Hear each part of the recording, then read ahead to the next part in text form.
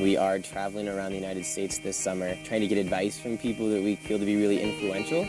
I don't know how to get into a career when all you have are these mass amount of interest. There's a lot of pressure from my family to do well.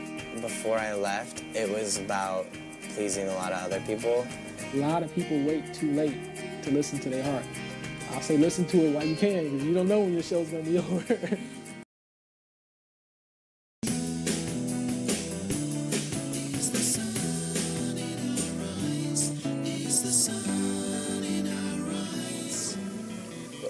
We're in Cleveland now, and we are on our way to meet with Van Taylor Monroe. Yes.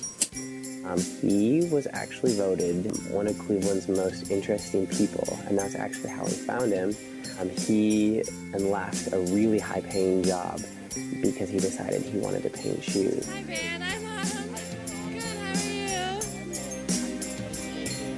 Nice to meet you. This is so cool. I was born an artist. Like, I was painting ever since I was 2 years old. And I always had art on the side. I've been doing this since 2003, painting tennis shoes. Been doing art all my life.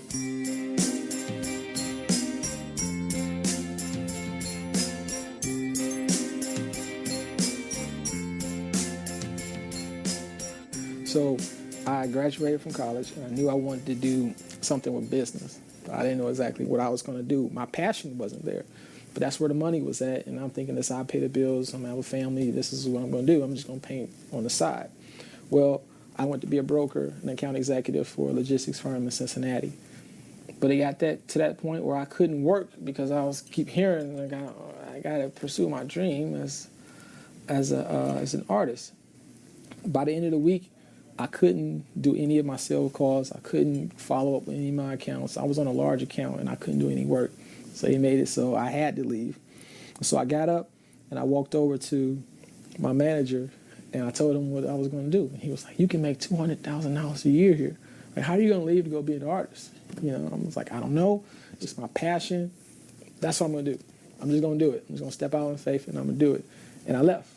So when you decided to quit your job as a broker and you tell your family, I'm done doing this, I'm going to paint, and how did you deal with that reaction? You know, I knew that people were going to look at me sideways and, you know, say, why did you do that? Because they didn't see my dream. But I never thought it'd get as worse as it got, as bad as it got. So December comes around, and I was still not able to pay my bills, and still like wondering, like, am I supposed to paint murals? Because I was painting canvas, trying to sell it, and nothing was moving. January comes around, and I got an eviction notice on my door. I can't go home. I got younger brothers and cousins who look up to me. I'm gonna have to make my way out of this because I wanted to show them that, you know, when things got tough, I didn't just give up. I fought through it no matter what happened. If I was homeless for a while, I was gonna get back on my feet, and I was gonna make this a success story. And I remember praying and then like just looking like, oh, I had the perfect job. I was making money. I was like, Lord, what happened? Like, you told me to leave, and here I am about to be homeless. So eviction notice is on my door. This is January of 2008. I'm listening to Barack Obama's speeches. He's inspiring me. And a lot of things about that Obama that I was catching on to was just that that thought that I could achieve what I put my mind onto, no matter how hard it was. And in my dreams, that Obama shoe came to me. And I woke up at 2 o'clock in the morning and I painted that shoe. And I don't normally paint shoes for myself. So I painted that shoe for myself. Went to the mall and took a picture, put it on MySpace. No big deal. Didn't think nothing of it. And next thing I know, people were calling me like, your shoe is on BET.com. Your shoe is on this website. I was in the Wall Street Journal. The Wall Street Journal. With a painted tennis shoe of Barack Obama. And then will.i.am wore my shoe to, I think, the BET Awards. The shoe got on display at the DNC. And then, like, the first big thing that happened was the Smithsonian emailing me. And I thought it was a joke. I would say, no. I had to call the lady and it's like, are you serious? You want my shoe in the largest museum in the world? Like, I painted tennis shoe that I did. And she was like, yes, we want it. It's beautiful. And I cried. I was like, I was almost homeless in January.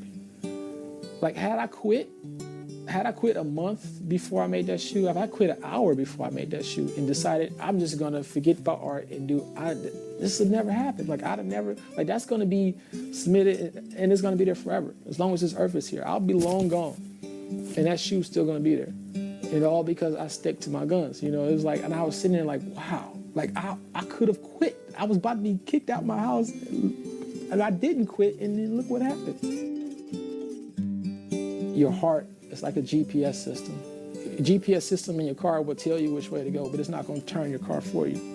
It'll say turn left. You're going somewhere that you don't know the directions to, so you're making a left. You're like, okay, all right. You're looking around like, okay, I'm following this, whatever. I hope it's know what it's talking about.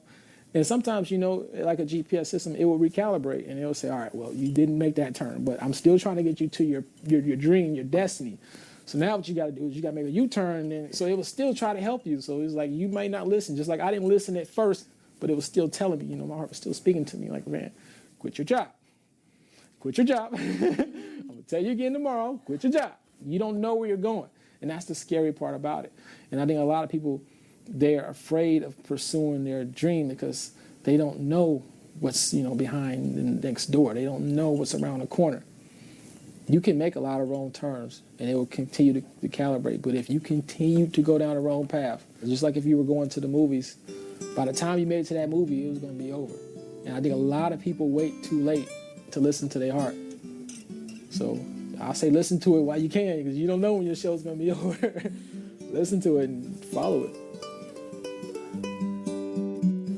The thing that I found surprising, though, about him is he didn't sound like he hated his job. It wasn't like, I hated my job so much and I loved painting, that's why I gave it up. It was just like he was okay with his job. It was cool. He'd make lots of money.